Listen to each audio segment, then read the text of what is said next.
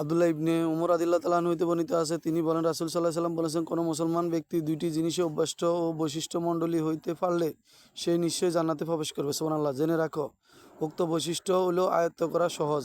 সেই অনুসারে অনেক অল্প সংখ্যক ব্যক্তি তা আমল করে থাকে।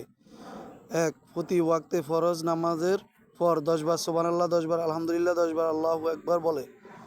আব্দুল্লাহ রাদিয়াল্লাহু তাআলা আনহু বলেন, রাসূল সাল্লাল্লাহু আলাইহি সাল্লামকে আমি নামাজের পর স্বীয় হস্তে গণনা করতে দেখেছি। তারপর রাসূল সাল্লাল্লাহু আলাইহি সাল্লাম বলেন, 5 ওয়াক্তের মুখের উচ্চারণে 500 বার এই জমিনে দাড়িপাল্লা ও 1500 হইবে।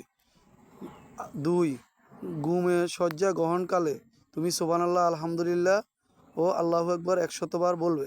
সুবহানাল্লাহ 33, আলহামদুলিল্লাহ 33 বার, আল্লাহু আকবার 36 বার, ফলে 100 বার হয়।